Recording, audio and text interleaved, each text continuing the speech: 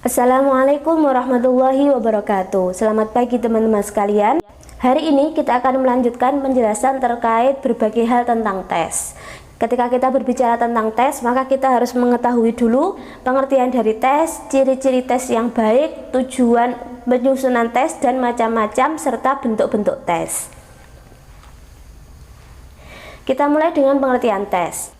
Menurut Terry Overton, tes adalah sebuah metode yang digunakan untuk menentukan kecakapan peserta didik dalam menyelesaikan tugas mereka terkait penguasaan materi yang telah diajarkan.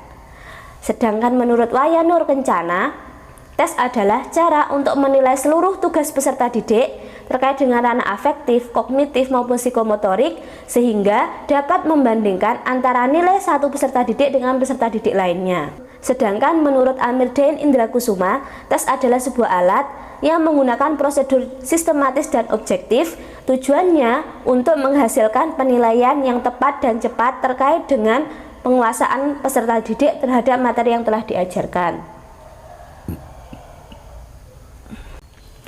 Ketika kita berbicara tentang ciri-ciri tes yang baik, maka tes yang baik itu harus meliputi kelima hal ini. Yang pertama adalah reliabilitas tes. Reliabilitas artinya adalah ajek.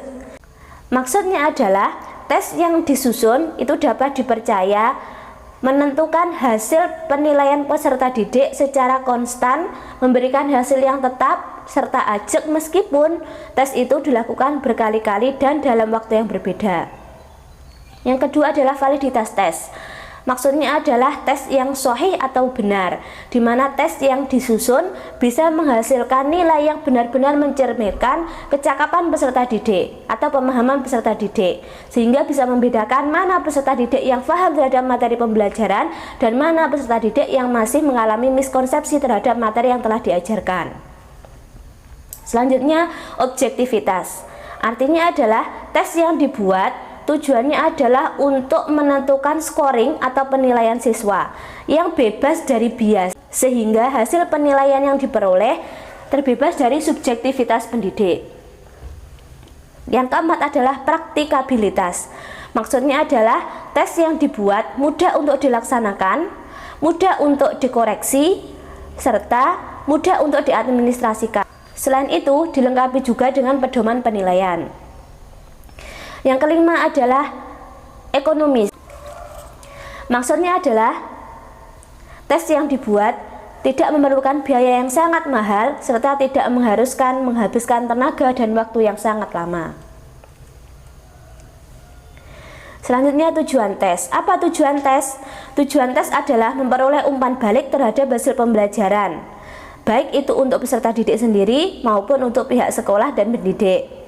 Kemudian memperoleh bahan untuk memperbaiki kurikulum dan program pendidikan di sekolah tersebut, meningkatkan motivasi peserta didik, terutama mereka yang telah memenuhi KKM atau kriteria ketuntasan minimal. Karena yang lulus KKM maka akan masuk ke dalam sistem pengayaan, dan yang tidak lulus KKM maka dia harus melakukan proses remedi. Kemudian sebagai acuan dalam melaksanakan diagnosis terhadap hasil belajar siswa. Yang terakhir adalah melakukan penentuan penempatan peserta didik sesuai dengan peminatan mereka, serta sebagai acuan dalam melaksanakan seleksi penerimaan peserta didik baru. Nah, macam-macam tes itu apa saja? Karena ada banyak sekali macam-macam tes, maka kita bahas satu persatu. Macam-macam tes menurut sifatnya. Yang pertama adalah tes verbal. Maksudnya adalah tes yang menggunakan bahasa sebagai media untuk melaksanakan tes, baik itu tes lisan maupun tes tertulis. Yang kedua adalah tes nonverbal atau tes yang tidak menggunakan bahasa. Jadi ini kebalikan dari tes verbal. Yang ketiga, tes kinerja, yaitu tes untuk mengetahui bagaimanakah kinerja peserta didik terhadap tugas yang diberikan. Yang keempat, tes kertas dan pena. Ini berbasis dengan alat yang digunakan untuk tes. Kemudian selanjutnya adalah tes individual dan kelompok. Tes individual berarti dalam satu kali tes hanya melibatkan satu penguji dan satu teruji, atau satu tester dan satu testi.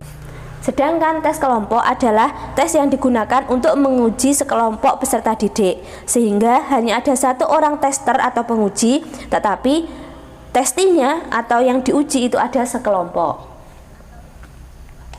Yang kedua adalah macam tes menurut tujuan penggunaannya. Yang pertama adalah tes bakat, yaitu ditujukan untuk mengukur bakat peserta didik dan mengetahui kecenderungan mereka. Tes prestasi digunakan untuk mengukur kecakapan peserta didik sesuai dengan bidang studi tertentu. Yang ketiga, tes diagnostik, tujuannya adalah untuk mengidentifikasi kekurangan-kekurangan peserta didik selama proses pembelajaran. Tes penempatan, yaitu ditujukan untuk menempatkan peserta sesuai dengan kelompok hasil belajar atau kita sebut placement test, sehingga anak dengan kemampuan yang baik tidak dikumpulkan dengan anak dengan kemampuan yang kurang. Tujuannya untuk apa? Untuk mempermudah guru merancang materi pembelajaran sesuai dengan kecakapan siswa. Yang ketiga adalah macam-macam tes menurut pembuatnya. Menurut pembuatnya ada dua macam tes. Yang pertama adalah tes baku. Tes baku yaitu tes yang telah melalui proses standarisasi, baik telah dicek reliabilitas maupun validitasnya.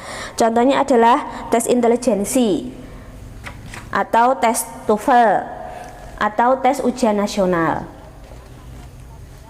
Kemudian yang kedua adalah tes buatan guru, yaitu tes yang dibuat oleh guru sesuai dengan materi pelajaran yang diajarkan atau mata pelajaran yang diajarkan, sehingga antara guru yang satu dengan guru yang lainnya kemungkinan besar bentuk tesnya atau bentuk soalnya berbeda. Yang keempat adalah macam-macam tes menurut pelaksanaannya, itu dibagi menjadi dua, yaitu pretest, dan yang kedua adalah post-test. Pasti sudah tahu bedanya ya. Pretest dilaksanakan sebelum pembelajaran, yang kedua post-test dilakukan setelah pembelajaran. Tujuannya untuk apa? Untuk mengetahui pemahaman siswa sebelum proses pembelajaran dan setelah proses pembelajaran. Kemudian macam-macam tes menurut keruntutan pelaksanaannya, itu kita bagi menjadi dua, tes formatif dan tes sumatif. Apa bedanya? Tes formatif itu dilakukan secara berkala, baik dalam bentuk ulangan harian ataupun ujian tengah semester. Sehingga tes formatif ini bisa dilakukan secara berulang-ulang, baik setelah menyelesaikan satu tema ataupun setelah menyelesaikan beberapa tema dan di tengah semester. Sedangkan tes sumatif adalah tes yang dilakukan di final atau di akhir pembelajaran. Misalnya adalah UAS dan ujian nasional atau ujian kenaikan dari masing-masing tingkat. Misalnya lulus sekolah dasar untuk naik ke tingkatan sekolah menengah pertama dan seterusnya. Dan yang terakhir, berdasarkan acuannya maka dibagi menjadi dua. Yang pertama adalah PAP, yang kedua adalah PAI. PAP atau penilaian acuan patokan adalah penilaian yang ditujukan untuk mengetahui kemampuan peserta didik dibandingkan dengan patokan yang telah dibuat, sehingga patokan tersebut menjadi batas lulus dari pembelajaran yang dilakukan. Patokan ini biasa kita sebut dengan KKM atau kriteria ketuntasan minimal. Sedangkan PAN adalah penilaian acuan norma. Maksudnya adalah penilaian yang dilakukan berdasarkan pada norma kelompok atau nilai siswa, sehingga hasil dari penilaian yang dilakukan ditujukan untuk membandingkan hasil nilai dari satu siswa dengan siswa yang lain atau dari satu kelompok siswa dengan kelompok siswa lain. Tujuannya untuk mendapatkan indeks nilai kelompok tersebut. Indeks ini biasanya digunakan sebagai acuan dalam perumusan KKM atau kriteria ketuntasan minimal tahun berikutnya atau semester berikutnya.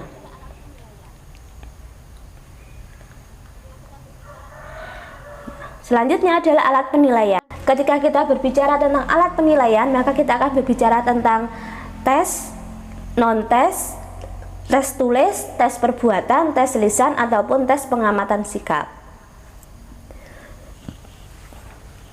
Bisa dicek di sini. Untuk tes tulis berarti menggunakan soal, sedangkan non-tes adalah menggunakan instrumen penilaian. Kemudian tes perbuatan ada macam-macamnya sudah saya sebutkan. Tes lisan berbentuk tanya jawab dan wawancara, sedangkan pengamatan digunakan untuk menilai ranah afektif peserta didik.